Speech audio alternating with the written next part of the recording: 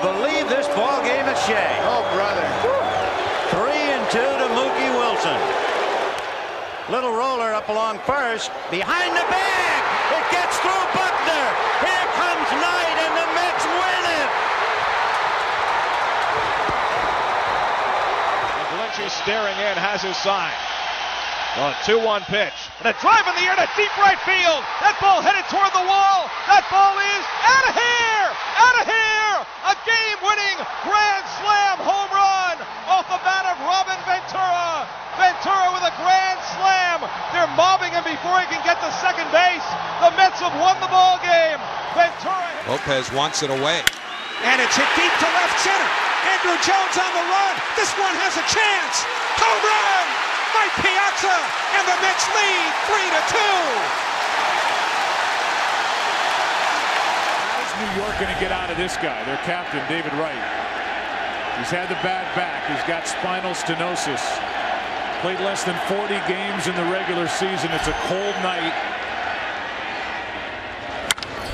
High fly ball to left. Back at the wall, and the captain's going deep to the wall. It'll be a problem on and off the rest of the season.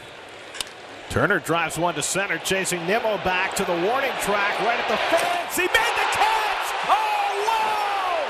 The catch of the year from Brandon Nimmo! He took a home run away from Justin Turner! Wow.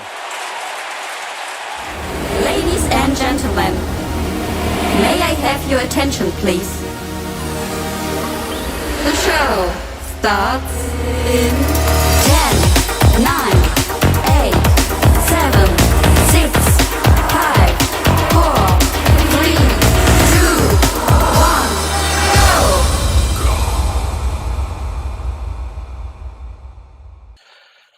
And welcome to another episode of the Say Hello podcast, episode number 5. My name is Casey Lynn, and I am joined by former Met, former big leaguer, Bill Pulsifer, as we already are in episode number 5. Bill, welcome aboard. How are you doing today? I'm great. How about yourself? Good to be here. Can't believe it's 5 already. Well, 4 for me, but 5. Yeah, cool. It's time flies when you're having fun.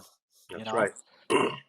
As we mentioned a couple episodes ago, the Metsland, if you will, it never ceases to fail. So, there's always something to talk about. And we'll start it off right there because there's plenty to talk about with the New York Mets. I feel like there's always something to talk about. So let's dive right into it. I'm ready. Where do we start? Let's start with the Mets getting hit. It seems like a hot topic these days, and it also was a hot topic last year when they set the record, Major League record, for being hit the most times in Major League Baseball history. They set the record. They had a couple brawls, no punches thrown earlier in the year. This year, they're a magnet again, and obviously Pete Alonso was hurt earlier in the year of his wrist, missed some time, 10 days, and it seems as though it's happening again. As of Monday, Pete Alonso, as I just look at my notes, 68 times in his career, which is a Mets record already. And the Mets have led the major leagues in the last 2 years on being hit. The team doesn't retaliate. So my question to you, with all that information, you've seen it, the injuries up and in, you pitched, the Mets don't retaliate. What is your take on all this? Because it's affecting the team. I know that in the past, if the pitchers weren't sticking up for the position players, the hitters, there would definitely be a rift in the clubhouse between, position players and pitchers as to why they're not trying to back their guys up a little bit and throw a little chin music in there or put a few in some guys' ribs.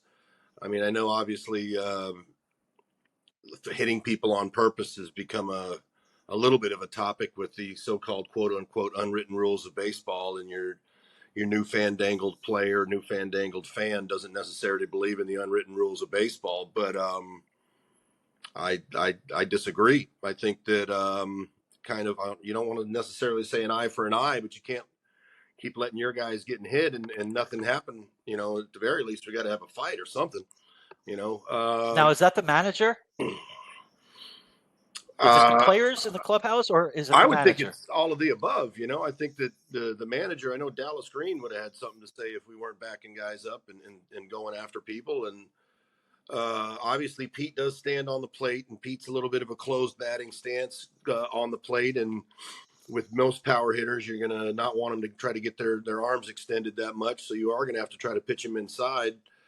So it does kind of explain why he gets hit a little bit, but it doesn't explain why the Mets don't kind of give a little payback every now and then. It's a little bizarre. I would say it's a little bizarre. I don't understand it.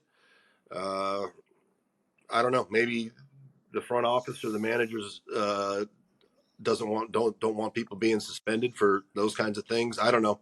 I would think that there's probably some guys in the position players that aren't real happy that they continuously get hit, and it seems like that the pitching staff doesn't retaliate a little bit. It's a little weird that it's 2 years in a row. I mean, they legit set the record last year. Buck actually kept the ball. I think it was Guillermo who got hit. He was making a joke of it. But, and Marte got hurt last year. He missed basically all of September, which was a big blow. Yeah, huge. That was a big turning point in the season, I believe, when he went. Yeah, it really was. And this year, Pete Alonso, I spoke about it. You touched upon it. His stance, obviously, I get it, has a lot to do with it. He's already set the record. We saw it against the what was it? The not the Rangers, but the Angels, where he got hit in the neck, and I think it got the skull, and he went into concussion protocol. And you saw a little fire from Pete. I mean, and the bench is empty. He's got to be tired of because it. I would think. Yeah, I mean, he's Yeah, I mean, he's been hit, I believe, 18 times this year. And I saw a graphic. Most of the time that he's hit, it's up and in. Yeah. It's not the leg or as a former pitcher, like if somebody tells you, like the manager, we're not retaliating, but I'm making a hypothetical thing up, or maybe you've actually had this experience. If the players want the hitters, want you to retaliate, and it's more so to have their back, and we're not going to stand for this anymore. Like, we're not your punching bags. Like, it's with the Mets, they don't do anything. So, if you're a pitcher, I feel like these conversations have to happen with the players, because with the Mets, it's happening all the time with their big stars. Yeah, I totally agree. I don't know. It's baffling that they don't throw at guys more often. I mean, obviously you'll have people say that, it's, throwing at somebody at purpose is dangerous and whatever. Throwing at somebody not on purpose is dangerous. So I don't know. Right. I think getting hit by a pitch is part of the game. I think that if your guys are going to continuously get hit, something has to happen. We gotta hit somebody, or we're going to fight. And it doesn't seem like they do either one of those things. It's a good word that you use, baffling, because I think we all are baffled because they just don't retaliate at all. Yeah. Juan Lopez last year did it. And he was a folk hero for the Mets, just for the fans, because somebody, retaliated. Yeah. And that's a perfect segue to back when baseball, there were fights and brawls and retaliation. The news not too long ago was Doc Gooden, Darryl Strawberry.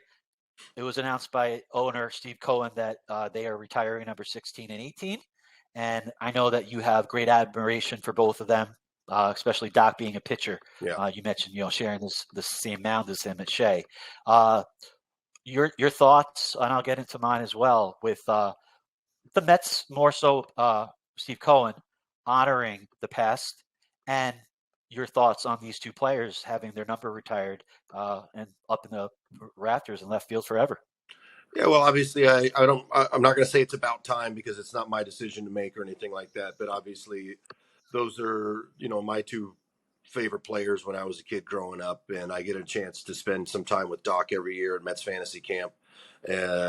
So, knowing that your childhood idol is now getting his number, put up in the rafters and put up there with some of the other greats that have been up there just recently, as well as, Gil Hodges and Tom Seaver, who were there, were the guys. They were the only two guys when I was coming through the Mets system and as a young ball player. So obviously having the '86 Mets being the last World Series champion for the team, for the organization, two integral cogs. Doc just actually celebrated the anniversary of him being the youngest to ever win 20 games in a season. So that in itself is a huge accomplishment.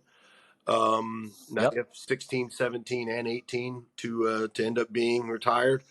I've always thought it was strange to see somebody wear number 16 on their back as a Met. So I am tremendously happy for those guys, and I would like to possibly be in the stands, maybe at least when Doc is there, and maybe Straw as well. But like I said, two heroes of my childhood.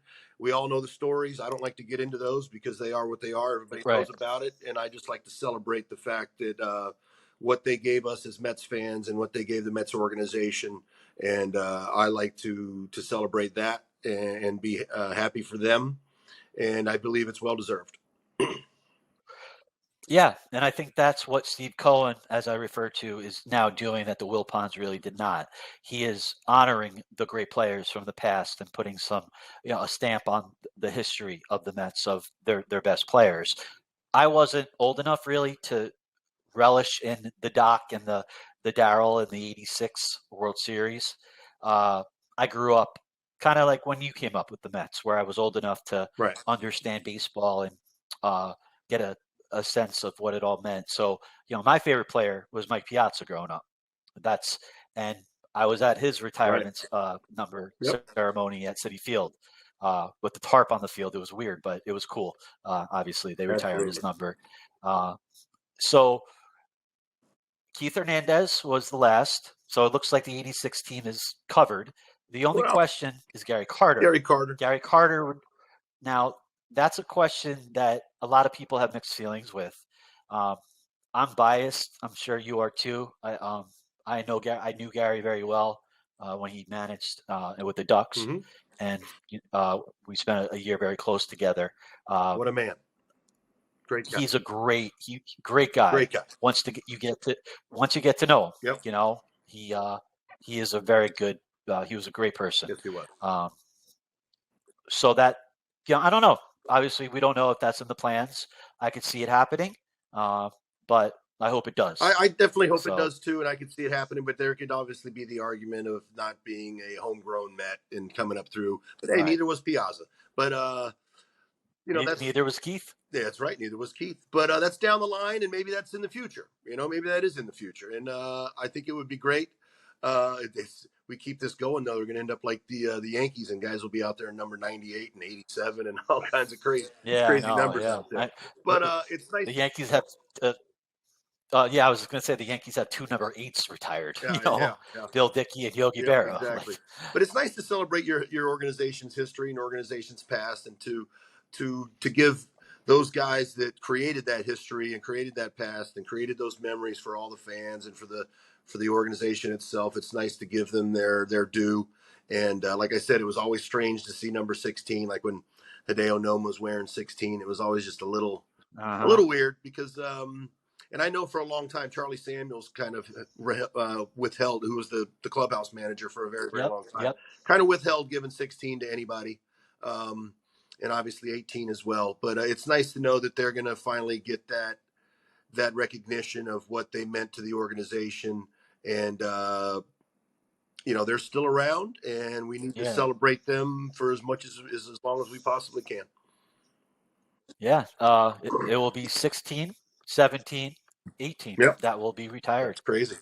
That's kind of the Yankees way, if you will, on the lower numbers. Yep.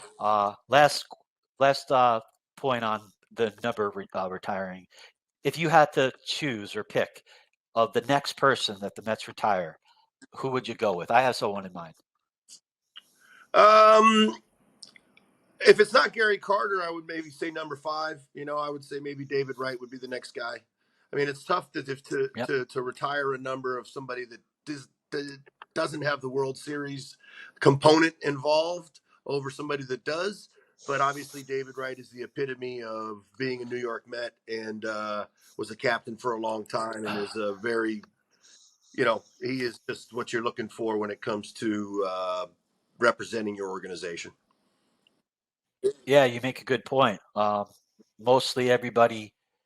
Actually, Piazza never won a World Series with the Yep. Mets. Yep. So, there's your blueprint, I guess, for Wright. But I agree with you. David Wright, if not Gary Carter, would be the next. If not for the injuries, David Wright would have probably went down as could go actually down right now as one, if not the best position player to play for them. With all the records he still has. If you look at the number of third basemen that have played for the Mets over the years, which has always been a difficult position for the Mets to fill, for him to have done it for so long and then unfortunately be cut short a little bit with the injuries, I think that puts him up there deserving of that honor as well, because he held down that spot, which was it's been such a tough position for the Mets to fill over the years. Yeah, the Mets had a couple of years where they rotated between Edgardo Alfonso and Robin Ventura, and then David Wright got called up 04. But after Wright retired or got hurt, it's been a rotating, third base really. So you're right, tough position. Yep. So Yep. first year of eligibility next year for David Wright for the Hall of Fame. He won't make it, right? Unfortunately, but. The Mets seem to wait for Hall of Fame kind of things to start, kicking the tires on it. Yeah. So we'll see what happens. But I do love what Steve Cohen's doing. I do too. It's great for the history of the Mets. I agree. So nothing about the Mets, but we saw Shohei Ohtani come to Citi Field and play. We all know the news about him tearing his UCL, which unfortunately we all know too well about it with you, and it seems like a lot of pitchers lately. But he's still hitting, and he's hitting very well. This is something that baffles me. I guess baffle will be the word of the day today here on the Shay Low podcast. What is your take on this? It's so complex because he's shutting it down pitching, obviously, but he's hitting. And I get it's a walk year and he's got a month left to play. So there's a lot that goes into this. I want to get your take, and then I'll go into my take on what you think the thinking is, because he's in control, Shohei, and his camp. Yeah, for sure. I think it would be completely different if he was a right-handed hitter. I think the fact that he is a left-handed hitter, it kind of keeps that elbow exposed from what they call valgus stress. And if you know anything about the UCL ligament in the elbow, that is the stress when the elbow itself starts to open up, the elbow joint starts to open up, and that UCL ligament is the ligament that goes across from the upper arm to the lower arm that holds the arm together. Right. So when you swing as a left-handed hitter, if you're a left-handed batter, you're going to still get that valgus stress in your left arm. So as a right-handed thrower, he's not opening that elbow up, swinging with his lead arm as his right arm. So that's what's allowing him. Right. That's what's allowing him to still be able to swing the bat and not get the shooting pain in that arm. Obviously, we don't know at this point to what degree that elbow is injured. I'm sure the hope probably is, even though it's already a repaired ligament, I'm sure the hope is maybe PRP injections and rehab, and maybe avoid another Tommy John surgery. It has happened, but it doesn't always work either. So I'm sure that his camp is trying to figure out the best road forward. But like I said, without that valgus stress, he's still able to swing the bat and not feel the pain in that throwing arm. Well, yeah. So a couple things. Tanaka did that, I believe. Yes. He rehabbed. He got the shots. He never got the surgery. And Tanaka for the Yankees pitched well. Yep. But my question is, Bryce Harper, a position player, batting left-handed. He got the Tommy John surgery and missed, up until this year, until May, and he came back 10 or 11 soon. months, pretty quick. So, I guess maybe players and their pain and where it is, it obviously differs for everybody. Do you think, or go ahead if the difference between a position player coming back and be able to play at the level throwing the ball compared to a pitcher, there's no comparison at all. your strike zone as a position player, throwing the ball across the diamond or throwing the ball. As you see, he's playing first base. There's probably a reason for that, as his throwing is probably not up to snuff quite yet, because it's really, Oh yeah. for me, it was 18 months before I could say, you know what, I don't feel like I have to worry about my elbow.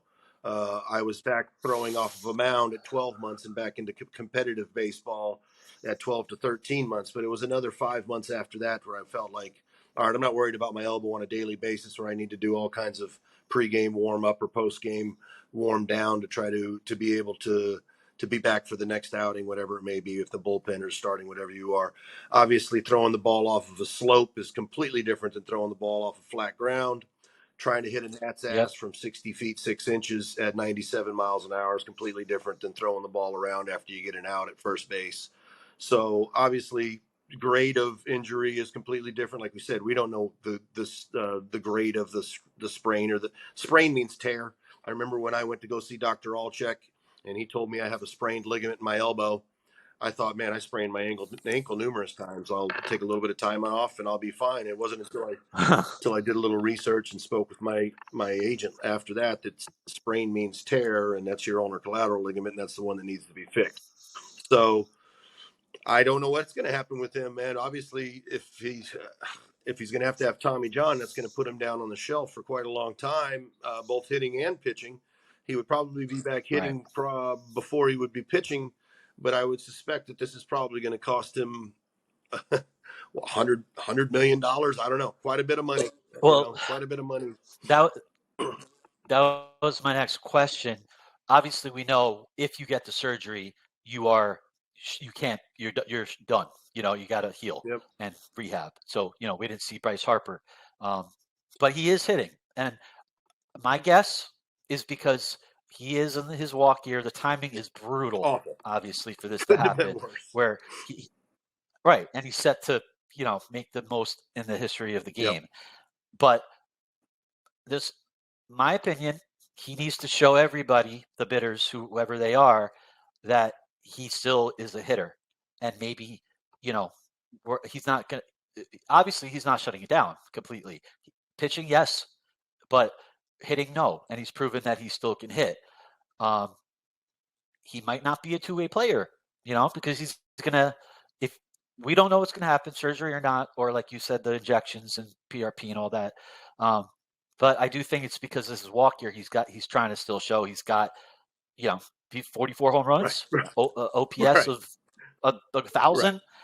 So I mean, he's got a great value regardless. Absolutely. So he's definitely hurt him. Definitely hurt himself, and no pun intended, a little bit when it comes with the financial situation. But if he decides, you know what, I don't want to go through a rehab again of Tommy John, and I'm happy to just see if the arm will heal, and maybe I come back as a closer, and I'm a closer and not a starting pitcher, but I can still hit, or you know what, maybe I don't pitch anymore, and maybe I just hit, and I can still show you that I'm an upper echelon hitter, and let's see what happens over time. Maybe it does heal a little bit, and then I can go into the bullpen and close, or whatever it may be. It's fascinating because you bring up another good point. He came in the WBC as a closer and struck out Mike Trout to win it. So, he's shown that he can do it on the world's biggest stage. So obviously the walk year and the contract has a lot to do with this. The timing, again, could not be worse. And I feel for him. But you hate to say you feel sorry for the guy, because he's obviously going to make a lot of money regardless. But you do feel bad for him. You feel bad for baseball in general. And it'll be interesting to see what transpires moving forward. And so the last thing on Ohtani, you were gung-ho, I believe, early or in the season about Mets are going to go for him. Things have obviously changed. We don't know his value, in terms of money has gone down. We don't know what clubs are thinking. We also know there's only so many clubs that can afford him, regardless if he's pitching or not. Because he's going to make a lot of money, even just as a hitter. If you're so if you're the Mets, all in. Do you go after Shohei Ohtani? He's going to be better than Vogelbach. I can guarantee you that. It's going to be a better option for the team. Bill, and again, I think it's business sense both. It's business sense both on and off the field, especially with the Asian population in Flushing and in Queens. like I said in the prior broadcasts, I think it makes sense. And he's going to be all right. He's going to be able to swing the bat. Like I said, if he was a right-handed hitter, this would be a little bit different. But it would be interesting to be a little fly on the wall to hear the conversations that he's having with his agents and his group as to where they're at. I'm sure he's pretty bummed out, but he is the ultimate professional and ultimate competitor, and he's going to be out there trying to do everything that he possibly can. And the one good thing that the Mets have going for them, if they want to go after him, because it's obviously a big discussion to have, an investment. Billy Epler, yes, for whatever reason, he is very tied in with the Japanese players and the Angels. Obviously, he signed him with that. He signed him with the Angels, Ohtani, literally, and then Senga with the Mets, and they're going to be all over Yamamoto this offseason. So Epler probably helps. It's just a matter if the Mets want to invest in that. So it's going to be fascinating to see what transpires. Absolutely. I hope he wants to play in New York. I hope he wants to be a Met. I couldn't see why not. I think a lot of things make sense. That doesn't mean it's going to happen, but I think a lot of things make sense. Well, we saw it the weekend the Angels came here. They went crazy, for Ohtani. I mean, we know there's a big Asian population in New York, but I mean, my goodness, he's a hero. Star. The guy's a hero, and he's like a walking, talking, almost superhero. This doesn't happen what he's been able to do up to this point. It's not a thing. And even when Babe Ruth was doing it, he was either a pitcher or he was a position player. He wasn't necessarily doing it at the same time. So I hope that somehow, some way he can get the PRP shots. I went through this with a couple other guys, former players, in a group text just this past week. He holds some of his pitches very non-traditional, and it makes me kind of wonder how much that has to do with the stress and strain on his elbow, as well as the fact that he throws so daggum hard, and his pitches have so much movement on him. I mean, his quote unquote sweeper, which we called slider, it's a crazy pitch. It's like a freaking wiffle ball. And I know that he holds it very strange. He holds it with his fingers actually separated and not together. And my son, who just graduated from Queens College, tried to throw it like he did, trying to, when something's working, everybody wants to go towards it. And within 2 weeks, he was complaining about a tight forearm, and his forearm was bothering him. I was like, Liam, it's that grip, man. Now, obviously, Shohei's a mountain of a man and a big, strong fella, and I'm sure his forearms are huge, but there's just only so much stress that it can take, and it was already repaired once. And he is a split-fingered fastball throwing guy. Those guys tend to have elbow issues at some point in time. But I hope he can get healthy. Maybe closer now. Not that the Mets need a closer, but hey, 8th inning, 9th inning guy. Maybe Hader in the 7th. You got a 7th, 8th, 9th combination that's pretty lights out. We could dream. Yeah. Exactly. It takes them out. Last thing on Ohtani. It's just fascinating to talk about, especially what's transpired. But because he got hurt before he came to Citi Field, Steve Cohen's watching. He sees the gate. He sees the money coming in. And this is with him and the fans knowing he can't pitch. And he's still a rock star. So obviously he's beloved regardless if he can't pitch, because he's not anymore now. It makes business sense. So that is just another thing to that's a perfect little segue again into another big time player, Pete Alonso. So we spoke in depth about Pete and re-signing him and extending him a couple episodes again, but this time it's for a different reason. And I have my take. So there's rumors coming out that Pete's going to be traded in the offseason. Now, we know that Mets are very easy for clicks. I get that. And we have reporters who use the Mets to do that. So their job's to get clicks, and the Mets are very easy to do that. My take, and I'll keep it simple because we talked about it, is the Mets cannot let Pete go. So can't trade him, work it out, figure it out. I know Pete wants to stay here too, unless, the asking price is not going to be crazy. He has it's set with what we talked about, Friedman and Olsen. What I think is happening is that the Brewers and their president and their GM are leaking a couple things out there to whoever, Ken Rosenthal. It was a story by Bob Nightingale who said he's going to be traded. Bob has never been right about anything in the world, so I'm not worried about Right. that. But David Stearns is probably going to be the next president of baseball operations for the Mets. Steve Cohen has been very open about that. How in the world do you do anything that in that big of a move of Pete without having first your baseball of operations guy there? You can't trade him before you get your guy. Right. So to put a bow on it, in my opinion, I just think it's either just Mets for clicks because it works. I'm talking about it right now. Right. I've been tweeting about it. It's working. And I also think that the Brewers are putting it out there because there's a rumor came out at the deadline. Mets and Brewers were at field goal range of a deal to trade Pete there but the Brewers would not include their number one pick, and then it was off. Whether it's true or not, we'll never know. Obviously, some people do know. That's where I think it's coming from. The Brewers. He was one of the guys who voted against the owners Atanasio, I believe, over there. Voted against Steve Cohen becoming owner. One of the few. That's just my opinion. Mets cannot lose Pete, so can't trade him. Work it out. Your take on all this with the trade rumors, and also, how would you handle it as a player? Because it's got to bother Pete. It's hard enough to play at this level.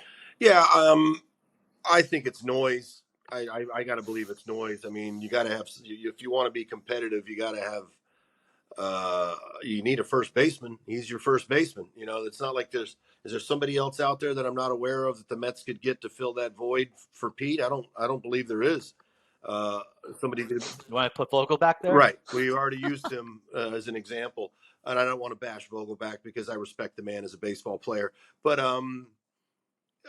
I think it's maybe just noise, and like you said, there's clicks got to be made, and people, you want to stay in the news cycle, and that's a hot topic right now. There's not a lot going on when it talks to be talking about the push towards the playoffs and that. So, I mean, I'm hoping that maybe behind closed doors that they are talking and sharing with Pete because you're not going to want him upset. I wouldn't think. You're going to want him to be happy, and you're not going to want him to sour on the organization that he grew up in and came in and loves being a Met and loves putting on the uniform, whether it be blue or pinstripes.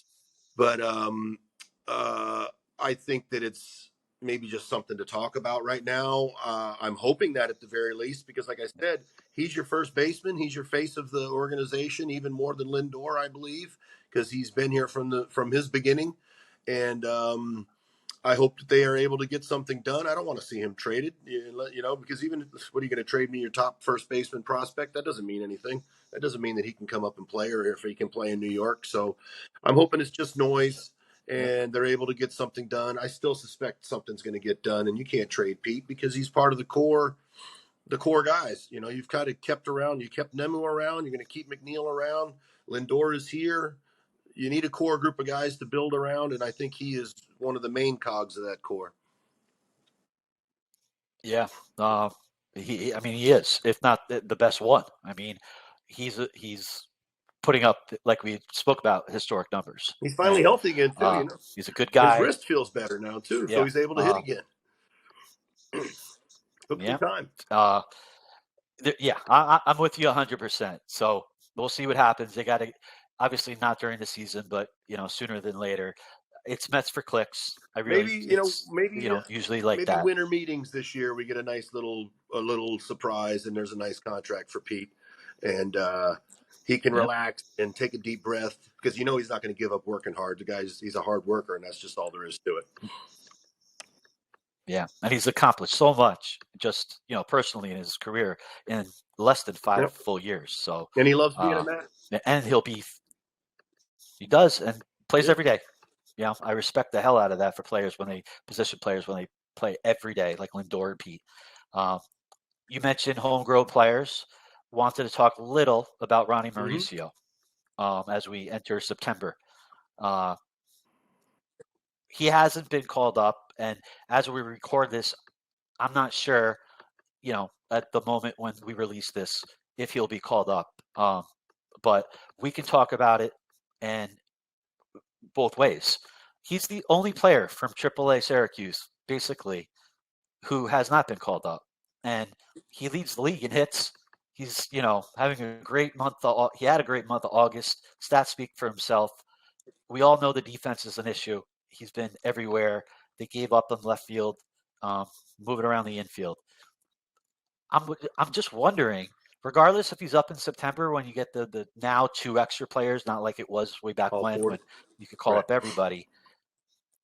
Regardless if that happens, if it's not September 1st or September 3rd, I'm just wondering why, like now, before all that, Danny Mendick and not to bash any of these guys, they're playing their tails off. Aruz, Mauricio is a hitter, and the bright lights are not so much on him now because the Mets are not in a pennant race. So it baffles me. There's the word again. There's other than they don't want to make a fool out of him because they don't think he's ready to play the field at a major league level. Okay, but he can DH. So what is your take? Because Ronnie Mauricio is having a great year in AAA, and they've called up everyone else up. Baffles me. I think it could be maybe a multitude of things. Maybe, obviously the position, where do you play him? We talked about it in the past about the young guys aren't DHs, and if he was to come up here and struggle, they put him in the DH slot and he struggles right away. And then he's sitting there in between innings and all he's thinking about is I didn't get a hit my last at bat or I struck out, and he spirals, and doesn't have success. Then maybe we're starting all over again at the plate without even having the defense involved. Obviously that goes to the defense. We don't have a position for him to play. That was, again, something that we said about some of the trades they made. You can only play one shortstop at a time. So, and he's kind of wrapped up for the next nine years or so. So, obviously Ronnie's going to have to probably have a great winter ball season playing another position. McNeil is obviously signed again. So there's second base / one of the outfield positions is taken. You've got 2 other young guys that are quote unquote third basemen. So sometimes numbers is a lucky predicament to be in, but sometimes it's also not. I mean, obviously, if you want to go even further into this, maybe there's some off the field stuff that we don't know about. Maybe Ronnie's a little bit of a hothead. I don't know him, so I'm not going to say that I know that by any means, but maybe they feel he's a little immature. I don't know, but that's just something that could possibly be something that could hold them back a little bit from bringing him up. Is he a little younger than the other guys? Maybe they want a little seasoning. Is he, I don't know. Right. He is. So just the full, maybe that was their plan at the beginning of the year, and they're just kind of sticking to the plan. Is he's going to get a full year at AAA, and then hopefully because a lot of the Latin American guys will play all year, and then they'll go down to winter ball and they'll play winter ball in the wintertime. So maybe they have a plan for him that they're going to know that he's going to go down and he's going to play this position, whatever it may be, every day in winter ball for a month or 6 weeks, and then he's going to shut it down. And but he's got to find a position, and you do not walk into the big leagues at 21 years old and be a DH. It just does not. It just doesn't work that way. There are no 21-year-old DHs. Yeah, even Vientos has right now third base. Even though he hits as a DH mostly. That's his position. But with Beatty in AAA now, Vientos just activated off the IL with the wrist problem back at third. So and I see he has position. Beatty's hit a bunch of home runs here recently too. Yeah, there's something about that AAA and I believe it's the International League where it's.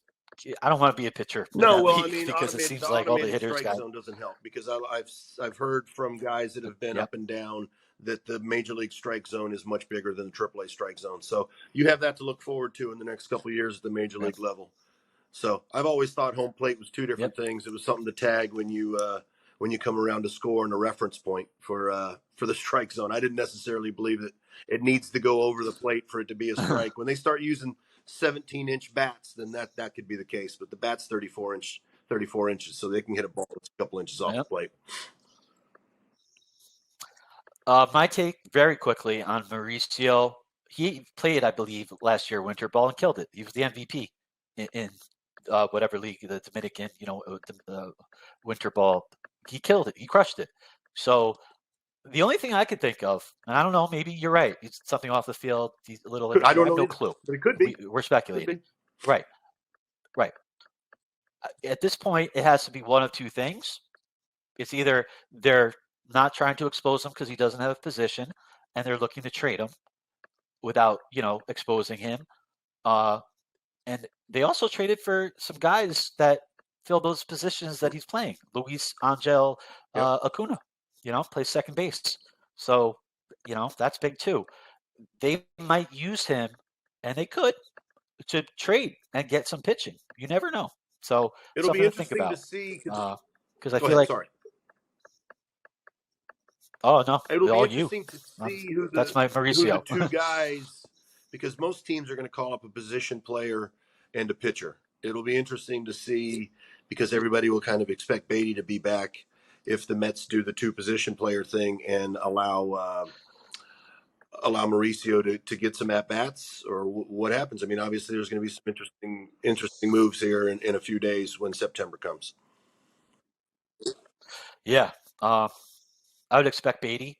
We'll see what happens. Mauricio, if you call him up, he's got to play. So if you don't, very interesting to keep your eye on. If you don't call Beatty back up, then he's going to have a lot of questions in his mind as well. So going into the off season, you're not going to want your young players and your first baseman kind of questioning as to what's going on. Yeah, another thing to just watch with the Mets. Yep. Always something. So, let's go into our fan mail segment of the podcast right here. All the questions are for Bill Pulsifer. So every week we ask people or followers of Shay Hello. If you're not following, Shay_Hello on Twitter, and we ask followers to ask questions to us. They're always for Bill, and of course I don't mind. And we will start. We always say that we will read the questions online, on air, live. So here we go. First question, Bill, is from NYMGI, and his question is, he's a big Bill Pulsifer fan, I believe. He's very consistent. His question is, any good John Olerud stories? Question mark. Well, I will say this. The consistent theme with John Olerud was pretty even-keeled, so there's not going to be any real wild stories about John Olerud. He was obviously the utmost professional, very, very quiet, very lead by example type of guy. I would say the funniest story about John Olerud was when Ricky Henderson came to the Mets, and he said to John Olerud, "Hey, I used to play with somebody in Seattle that wore a helmet just like that." But unfortunately, that story's not true, and it was made up by the trainer, Scotty Lawrence, who just felt like that would be a good Ricky Henderson story. And it is, because you could definitely see Ricky doing that. But John Olerud was the utmost professional, like I said, led by example, quiet, calm, reserved. Him and Randy Neiman are two of the most, who was my pitching coach, both in the minor leagues as well as in the major leagues when he was the bullpen coach. Two of the most calm, cool, collected, reserved gentlemen that I've ever had the opportunity to spend time with. Yeah. Just as a fan, John Olerud was as cool and calm as collected as you said. So, yeah. And he's, like we talked about on another episode, so underrated as well. So there's your John Olerud for this podcast. Next question is from Mason, Sports RS 500. Mason's in there every week too now. Hey, some guys or girls are consistent. I like it. We're building up a following. There's nothing wrong with it. I'm all for it. He asks, or she asks, for Bill, what was your routine during the off season once the season ended to the next spring training? Question Okay, mark. so when the season ended, it was probably about 1 month of kind of just relaxing and resting. Maybe go on a vacation, just hang out a little bit around the house. Play with the dogs, this, that, and the other thing. Then after about a month, it was into the gym, and that was usually, between Monday and Saturday, and then would take Sunday off. And then after about 6 weeks after the season, you start your throwing program, and then you just start off by Yeah. playing catch. It starts nice and easy, a little bit of catch, a little bit of long toss, gradually building yourself up, and then come about right before the holidays, you would be off the mound. And then that would lead into about 6 weeks of throwing off the mound, and then getting into spring training right around Valentine's Day. That was always the norm. You kind of go out with the wife for Valentine's Day, and that would be the very next day would be starting spring training. But back in the old days, and I know I'm an old time player now too, but it was kind of, you went to spring training to get in shape. Where during my career, things kind of changed into, you come into spring training in shape. And in throwing shape, and not just in physical shape, but in throwing shape, ready. And then it's funny, you kind of go backwards the first week, where you've worked your way up throwing fastballs, changeups, breaking balls, all of the above, and then you go into spring training, and the first couple of bullpens is just fastball, changeup, and then the second week it goes into fastballs and breaking balls, and that might be different now because it's been a long time since I've been to a spring training, but month off, start working out. At 6 weeks off, start throwing, and then around the holidays, start getting off the mound, and then ready to go by the second week of February. Whew. It is year round. It seems like, other than that, it's about a month off. That's it, and then you're back at it. So you're going at it for 11 months. Yep. I know people think, oh, they only work for 6 months out of the year, and that couldn't be anything further from the truth. Well, yeah, it's 11 But out you of got to 12 love months. the grind. That's you got to commitment. love the grind. It is what it is, Yeah. and you get paid handsomely Of for course. it, and you get to play in the greatest cities in the land, and in the beautiful ballparks, and get to play a game for a living. So it's well worth the work. Well, that leads us to, we'll read 2 more questions for Bill from NYPD 33 NYI. Question is, what was it like being on the 01 Red Sox with Nomo, Pedro, and Cone? I had already played with Hideo in Milwaukee, so I'd already known Hideo, and what a great guy he was, just a gentleman. And I think I might have told you this story before, but I don't remember. At the end of the '99 season in Milwaukee, he gave everybody Sega Dreamcasts because he was a Sony. He was a Sega partner, and he gave the whole team Sega Dreamcast, which was pretty cool. Good teammate. Right. Good teammate. I love that. I loved it. Dreamcast was one of a kind. And it wasn't around long enough. But both Cone and Pedro were injured at the time, but they were around the team.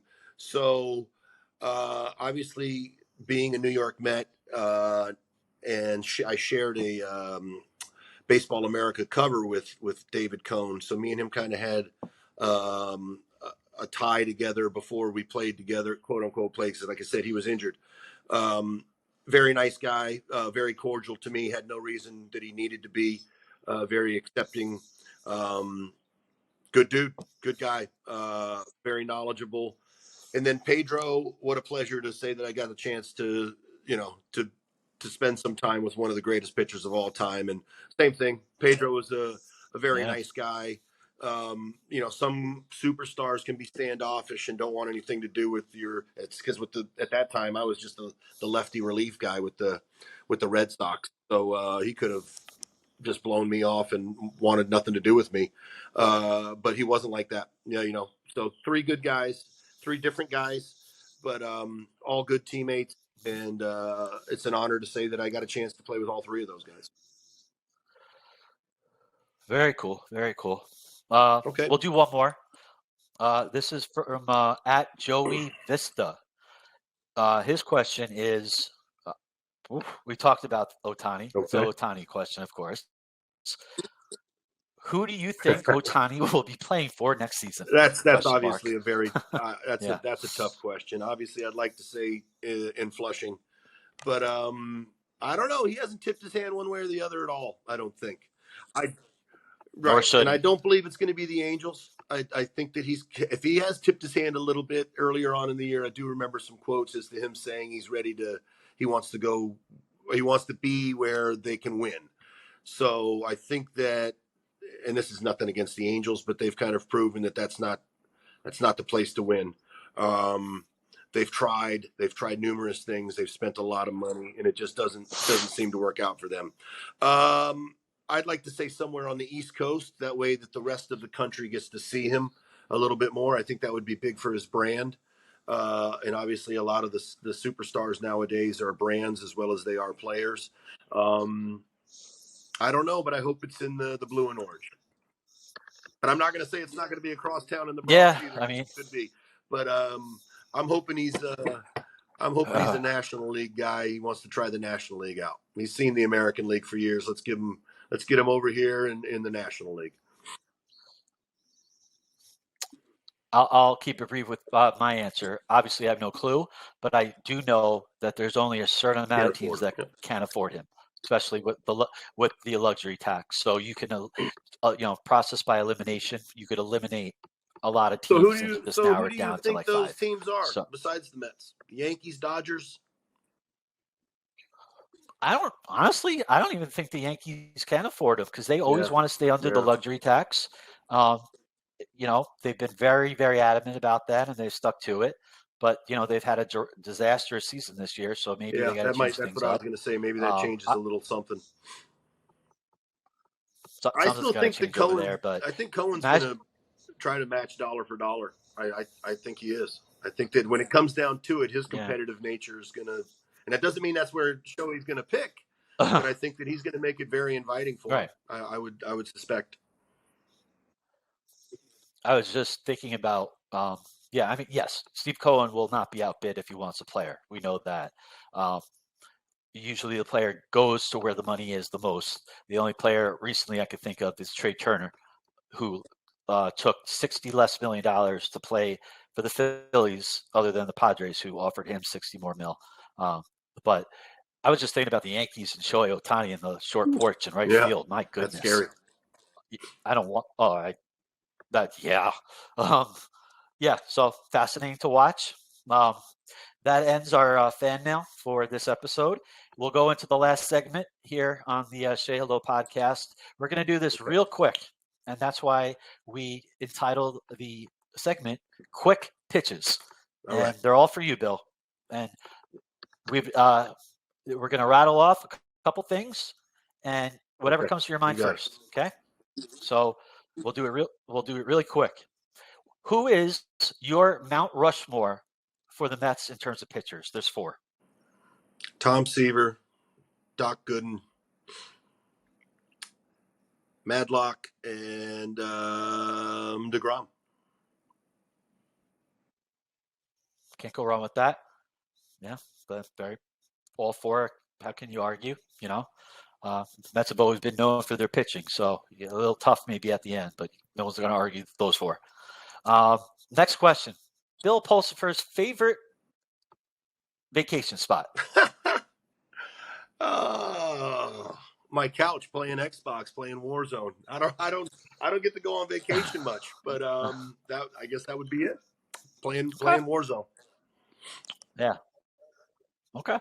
Or if Dreamcast was still out, because I did love that system when it was out in the early 2000s. The Dreamcast then. Yep, I love everything about it. Okay. Hold on. Pizza top. I will say this: I did spend quite a few winters in Puerto Rico back then playing winter ball. I did spend 9 winters in Puerto Rico, so we'll have to go with Puerto Rico. But it's been a long time. Okay, next one. Okay. Yeah, Puerto Rico, obviously. Yep. Favorite pizza topping? Just one, or can I get 2? My favorite pizza is crumbled sausage with cherry peppers. Yeah. Wow. Okay. Mm-hmm. Now we're talking. That would be my favorite go-to combo. That's wow. Yeah. I highly like it a lot. highly recommend. And highly recommend lastly, I might have to try that now, and maybe everyone watching Crumbled and sausage listening with as well. cherry peppers. Wow, It's definitely delicious. interesting. Okay. We'll keep it on last question, and we'll keep All it right. on the food subject. I love that. I love this one. If you were hypothetically on death row and you had a last meal and you could get anything you wanted, what would it be? And it could be all of it. All right. Well, obviously, would it last be? week we You had can't- obviously you the know, you could spaghetti get- and meatballs being my favorite meal. So, and then we would have to probably add a ribeye steak on Yep. On that as well. We have to have dessert.